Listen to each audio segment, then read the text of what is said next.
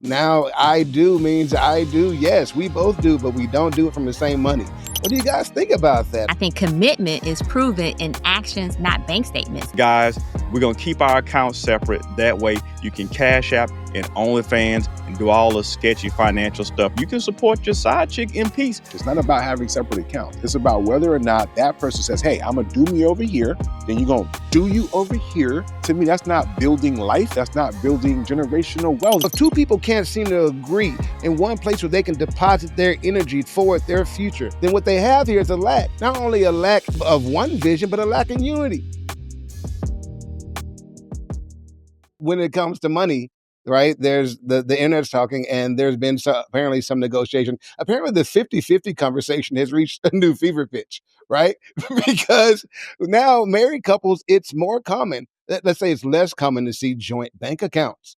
Now, I do means I do. Yes, we both do, but we don't do from the same money. What do you guys think about that? I mean, our cultural attitude shifting? Is responsibility shifting? Does this change the argument on providership? I mean, there's so many questions there. I'm sure I missed some. What do you guys think? So I think personally that women keeping the money separate is a good thing for them.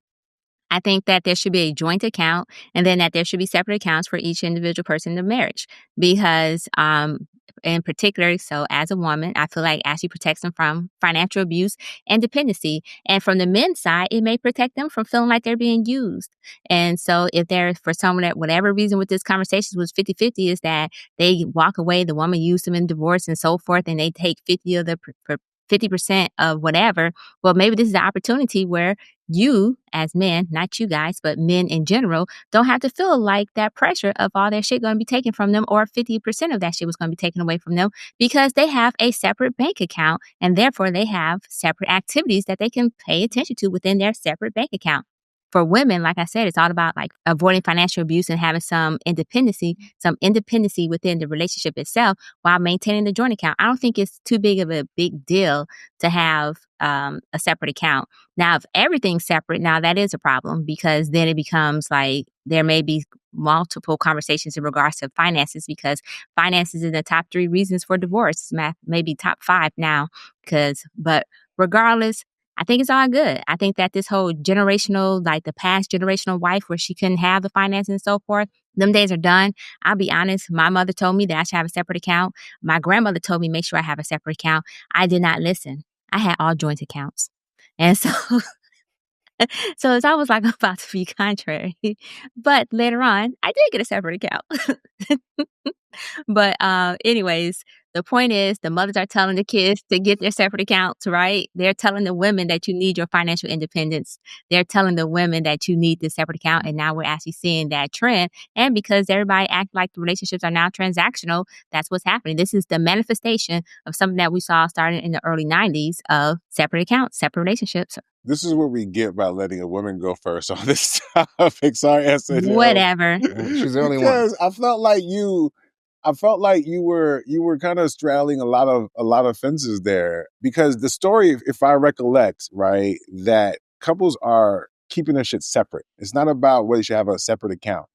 I think the first part of that made a lot of sense. You're right. There's different ways to structure it so that a person can have some privacy or some independence, right?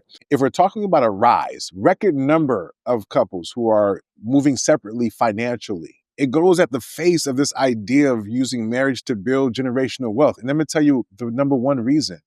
Y'all motherfuckers can't be good with money by yourselves. And I'm talking about people in general, not just men or women. I'm talking about both. Like, you need each other. You know, like even right now, from just math, equation wise, and I just don't trust that people are going to be disciplined individually to plan separately to like make it come together towards the end. It just sounds like you're planning for failure, in my humble opinion. This is not about the romanticism of it all. I'm just talking about strictly from just math, right? Expecting two people to move separately. Now, if you're talking about, hey, I got my holdings over here, you got your holdings over here, and we come to the table and we discuss it, and for whatever reason, we want to feel better about keeping them separate, fine. But we're not talking about that most likely. It's more like, hey, here's a bill, so I'm going to do my part. Here's your part. You put it in. I'm going to keep it over here. I'm going to keep it over here. Cool. Right? Are y'all planning together that way? I'd be willing to bet 99% of people who are moving like that are not planning well that way. Because you know why? Being married means ebbs and flows. So sometimes you'll have some ebbs, the other person might have a flow. So, like, if y'all moving like that, I get it. If y'all are financially capable, but your credit scores tell me otherwise, right? Like, we're in the so theoretically, in some mystical place, I get it. But in practice, no. You know what I've seen? I've seen the partner who makes the more money live a different lifestyle sometimes than the other partner. I've seen the other partner feel some type of way about that because it's like, well, damn, are we in this together or no? Right? I've seen the inequities, right? So listen, if it works, who am I to judge? I'm just saying we can't be here talking about generational wealth, which part of the whole thing, and I get it that as Black people, this probably affects us even more because we're not communal anyway. If this was like the other communities who are really good with money and, whatever, okay, because they have a community element there, you know what I mean? They look out for each other, got susus and shit, shit like that. If it was that, okay, but it's not that. There's no hood. There's no community. We don't even got a community bank. You know what I'm saying? And y'all want to take the community out of marriage too and think that's a good thing. You know what I'm saying? I get the trauma of the past, but how many of y'all have been financially abused?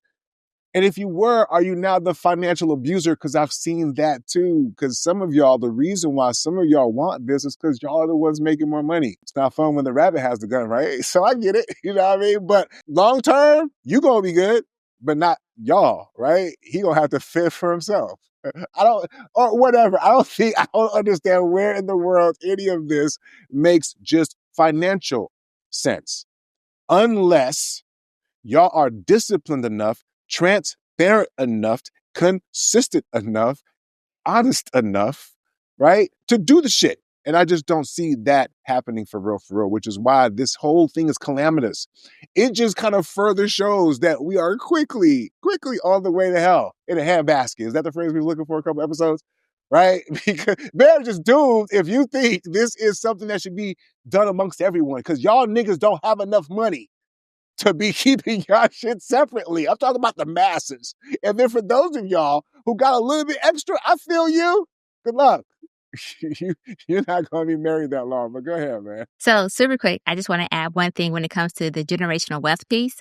When you talk about financial literacy, then technically they still can build generational wealth, although it's not in the joint account, right? I understand what you're saying and where you're going with this, but generational wealth can be built through life insurance policies. Generational wealth can be built through other means besides having joint bank accounts. So, but that's only if the people are financial literate enough, so i.e. having wills and trusts and so forth, and able to do so. So even if they're moving separately, that doesn't exclude them from generational wealth. And the reason why I say this is because one of the arguments that men tend to make is the reason why they don't have to marry their baby mamas is because they can technically still pass their wealth to their children if they have children through these other functions.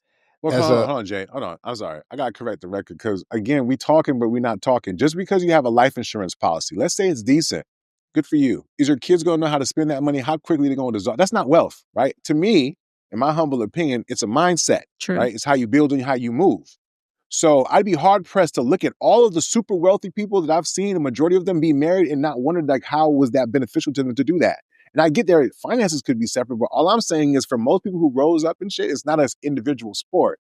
You get what I have just, maybe you'd have to point it out for me. So this idea that you can do it this way is only like a very small sliver. And then I would question the person who is that financially literate to not have made a better decision about their partner that they're choosing to merge their financially literate business life with, right? And then be like, you know what, because I don't trust this person, or because I don't think they're going to make enough money, or because of whatever reason, I'm going to keep my shit separate.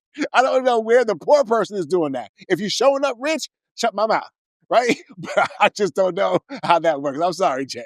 That's what I'm talking about. Go ahead. I was going to respond, but I think you did that. I'll let you guys carry on before I say my piece. Yeah, no, I mean, this gets back to, what you guys have kind of talked about too. Like, how do you really see the whole picture?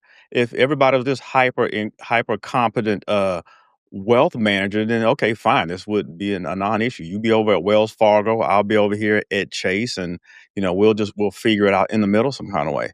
But in most cases, like I said, you need each other. We need to see the entire picture, and few people, hell, most black people don't even have passports. So we know most black people don't have mutual funds and uh, Bitcoin traders and hedge fund. You got these hedge funds. They're not doing all that. You guys need each other. And the fastest way to build wealth, like Nick said, is to work together. You guys might be pulling in the same direction. Guys may be on the same road, but you're not in the same car. And if anything, you know who probably had a separate account? John Gray. That's why she couldn't see him on OnlyFans and see his tricking account in his bed, all the motels he was booking because their finances are separate. As a matter of fact, you know what, He fellas? wasn't booking motels. It was But No, virtual. he never He was got that getting the far. meta buns. okay, He was he was getting with the the meta meta buns. buns. But you know what? Now you can get the annual subscription for OnlyFans, John Gray, because she can't see what you're doing. Matter of fact, guys, we're gonna keep our accounts separate. That way you can Cash App and OnlyFans and do all the sketchy financial stuff. You can support your side chick in peace because your wife can't see what you're doing because the finances are separate. I think this is a win-win. This is ladies, you outdid yourself. You guys are the real MVP.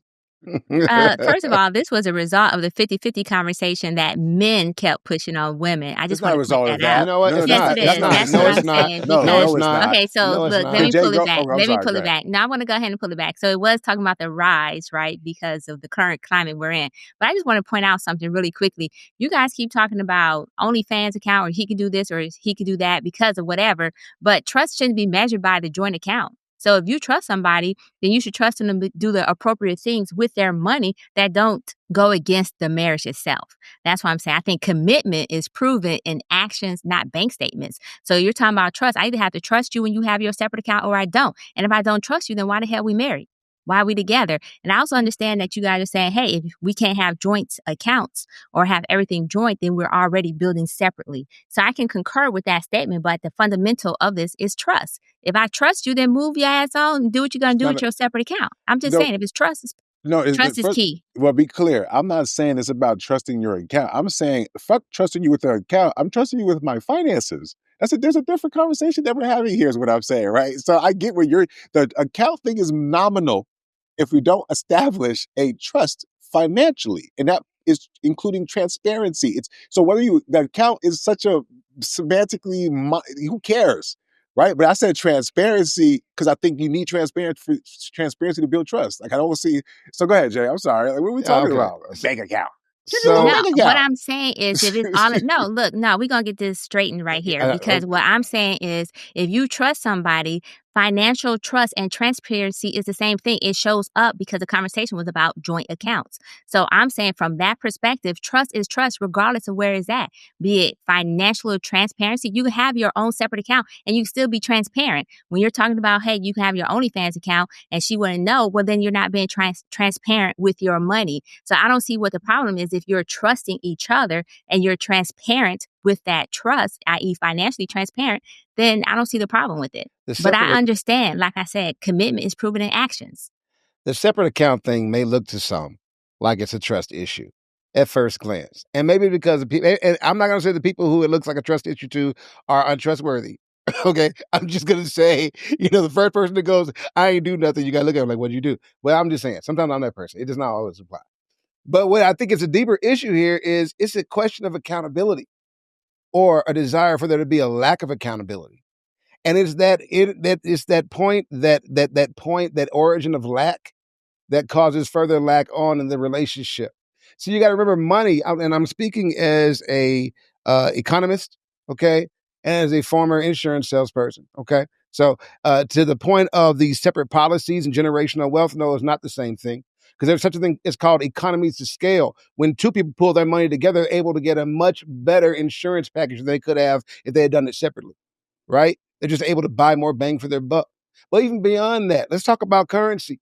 Currency, money is stored energy, right? And that energy is a power to do things and move things in your future and make things happen, to materialize your dreams and make them real so you can live in the space you always wanted to live with the people you always wanted to live with, right? And so if two people can't seem to agree in one place where they can deposit their energy to forward their future, right?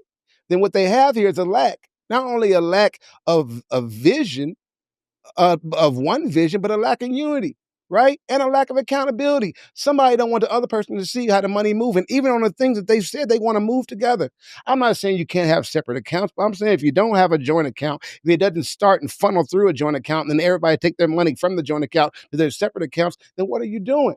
What vision are you pulling for? Are you pulling for the same vision? Are you headed to the same place? Or y'all just happen to be rolling on the same road and just going side by side right now? Listen, you can do how you want to do it. I ain't here to tell nobody how to move their money, but I will say this. If couple has separate accounts, it's because on some level you are not on the same page. You are moving in accord, but you're still moving as two businesses that are operating in a coalition, right? A partnership, a collaboration.